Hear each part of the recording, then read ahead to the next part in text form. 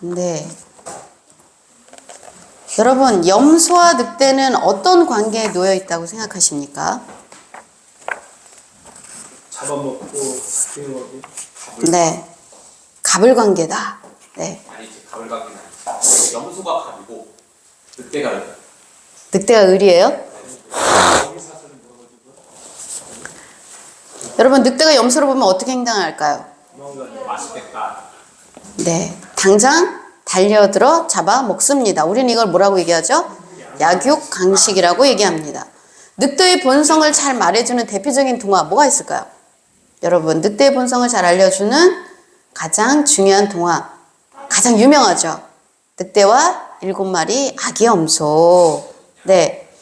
늑대는 이 불쌍한 아기 염소들을 모두 속이고 잡아먹죠. 그것이 뭐예요? 늑대의 본성입니다. 그런데 늑대와 염소는 친구가 될 수 있을까요? 없죠. 이 폭풍우 치는 밤에라는 이 동화에는 이 동화는 일본에 있는 기무라 유이치와 아베 히로시가 만든 동화 시리즈 중에 하나인데요. 가부와 메이라고 처음에는 출판이 됐다고 합니다. 염소인 메이와 늑대인 가부가 어떻게 친구가 되었는지에 대한 이야기입니다. 사실 늑대 가부는 친구 메이를 좋아하지만 만날 때마다 잡아먹고 싶다는 욕망에 살이 잡혀요. 네. 특히 그의 엉덩이를 볼 때.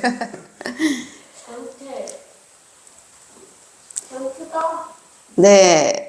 하지만 가부는 힘을 다해서 자기의 욕망을 제어하고요. 그 덕에 늘 배고픔에 시달려야 했습니다. 잘 먹지를 못하니까. 하지만 가부는 생명을 걸더라도 자기가 이 친구를 잡아먹지 않겠다는 그 마음을 포기하지 않았고 결국 본능을 극복했습니다. 그럴 뿐만 아니라 늑대 무리로부터 친구 메이를 구해내죠. 여러분, 편하게 살고 싶으세요? 네. 고민 따위는 안 하고 살고 싶으십니까? 네. 그러면 동물처럼 살면 돼요. 본능에 이끌려 사시면 됩니다. 예. 동물은 지능이 높지 않죠? 지능이 굳이 필요 없어요. 왜? 본능에 이끌려 살기 때문에. 먹고 싶을 때 먹고, 자고 싶을 때 자고, 놀고 싶을 때 놀고, 그러면서 살아갑니다. 여러분, 본능을 거스리고 나의 욕망을 제어하고 사는 것만큼 힘든 게 있을까요? 없어요. 어쩌면 늑대 가부처럼 이 본능을 거부하기 위해서, 이 극복하기 위해서는 자기 생명을 걸어야 할지도 몰라요. 그만큼 내 생명을 걸 만큼 괴롭고 힘든 것이 바로 본능을 거스리는 일입니다. 여러분, 예배 오는 거 힘드셨어요? 네. 그렇지만 구원은 본능을 거스리는 용기가 필요합니다. 네. 오늘 본문의 말씀은 혼인잔치에 대한 비유라고 알고 있고요. 네. 어떤 임금이 살고 있었다고 합니다. 아들의 혼인잔치, 이 경사스러운 자리에 사람들을 초대하게 되어집니다. 그런데 이들은 임금님의 초대장을 받고도 잔치에 오기를 싫어합니다. 그래서 임금님은 다시 종들을 보내서 이 잔치에 얼마나 좋은 음식이 많은지, 얼마나 아름답고 화려한 결혼식인지, 좋은 자리가 예비되었는지를 알려줍니다. 그렇게 해서 종들을 다시 보내서 이 결혼식이 얼마나 훌륭한 결혼식인지를 알리게 돼요. 어떻게 됐을까요? 정했던 사람들 왔을까 안 왔을까요? 알았습니다. 청한 사람들은 오지 않았다고 해요. 이해가 안 되죠? 네. 임금님이 불렀어요. 우리가 대통령이 부르면 안 갈 수 있어요? 네. 무조건 가야 돼요. 그런데 임금이 부르는데 어떻게 잔치를 거절할 수가 있을까요? 대체 이들은 왜 이 좋은 음식과 훌륭한 자리가 마련된 이 잔치를 거절했을까요? 그리고 그들은 어떻게 되었을까요? 자, 우리 성경 마태복음 22장 5절부터 7절까지의 말씀을 함께 보겠습니다. 시작! 그들이 돌아보지도 않고 한 사람은 자기 밭으로 한 사람은 자기 사업하러 가고 그 남은 자들은 종들을 잡아 모욕하고 죽이니 임금이 노하여 군대를 보내어 그 살인한 자들을 진멸하고 그 동네를 불사르고. 네, 가지 않았던 이유가 뭐라고요? 사업하려고 밭에 가서 일하려고. 예, 자기 일 보러 가기 때문에 자기 일 때문에 임금님의 청함을 거절했다고 합니다. 여기서 그들이 돌아보지도 않았다라는 것을 통해서 우리가 알 수 있는 게 뭐예요? 네, 단호하고 임금님의 초대에 응할 의향이 전혀 없다. 네. 게다가 임금님이 보낸 종들을 어떻게 했어요? 모욕하고. 네, 잡아 모욕하고 죽이고, 네, 그랬다고 합니다. 여러분, 모든 행동에는요, 그 행동을 하게 된 동기가 있어요. 이 임금님의 청함을 거절한 사람들, 왜 이렇게 행동했을까요? 도대체 동기가 뭐였을까요? 임금을 싫어했어요.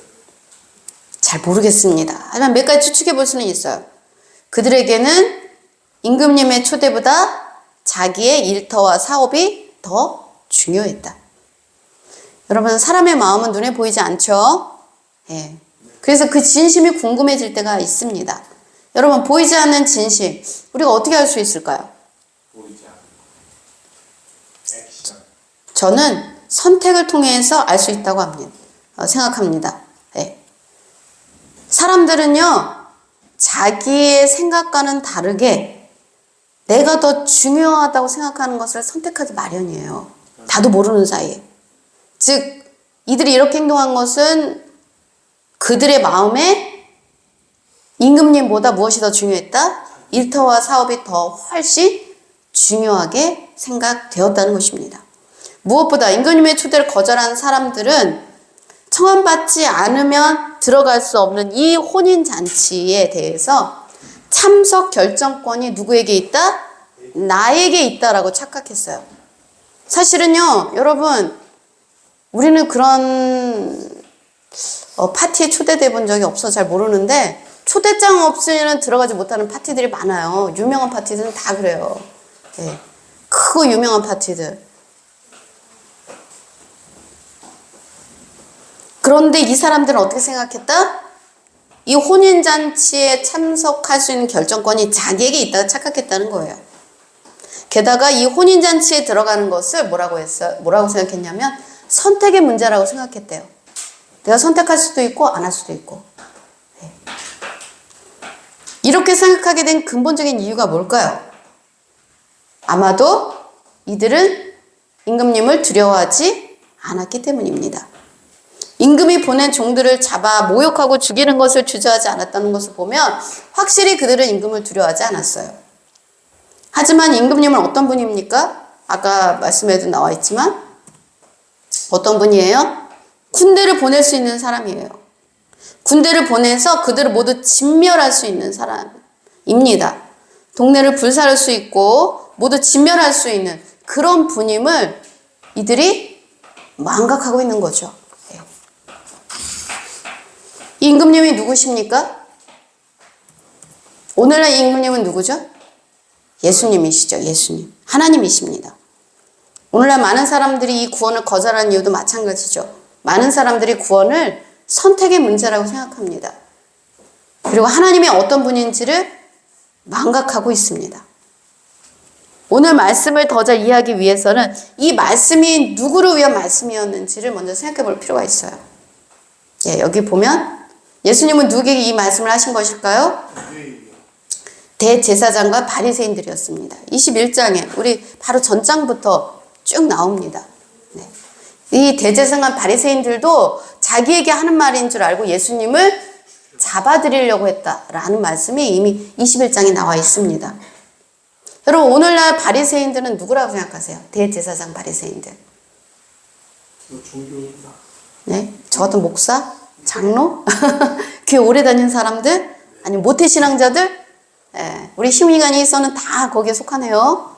우리 태승이도 마찬가지고, 네, 다 모태신앙자들. 그 사람들이 바리새인들일까요?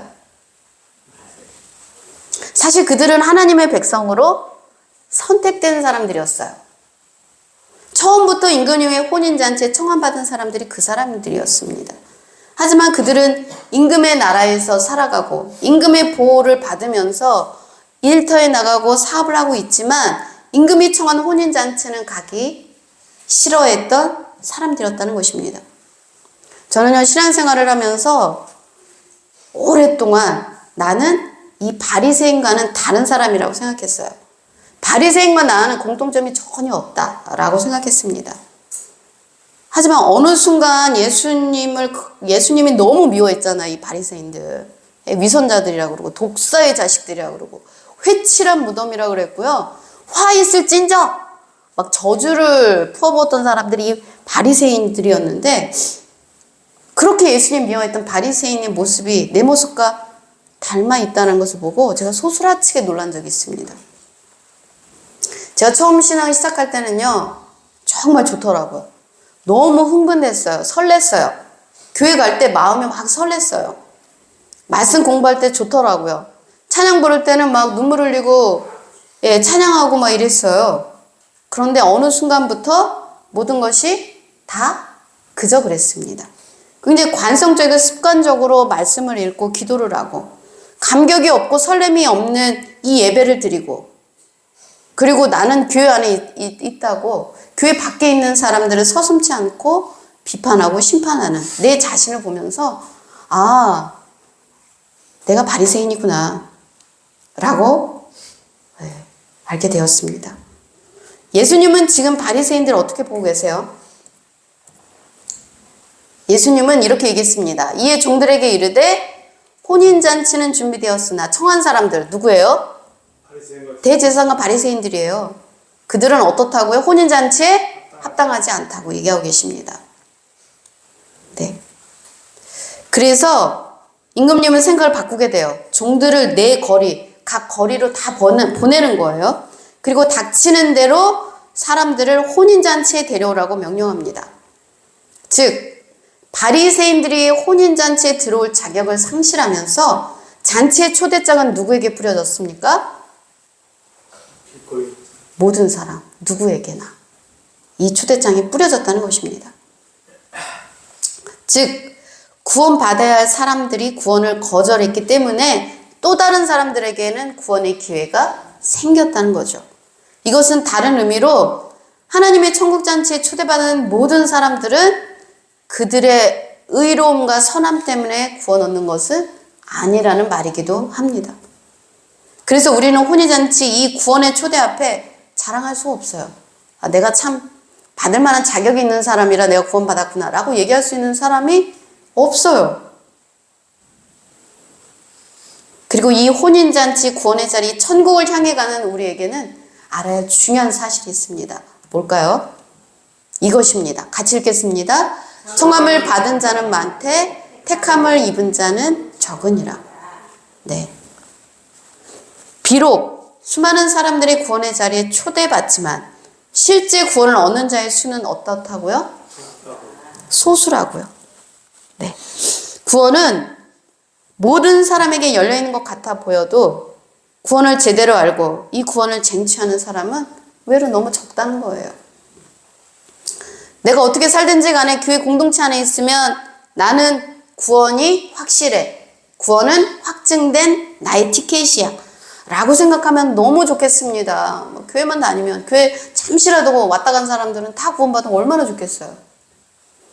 그렇지만 성경은 우리에게 뭐라고 이야기합니까?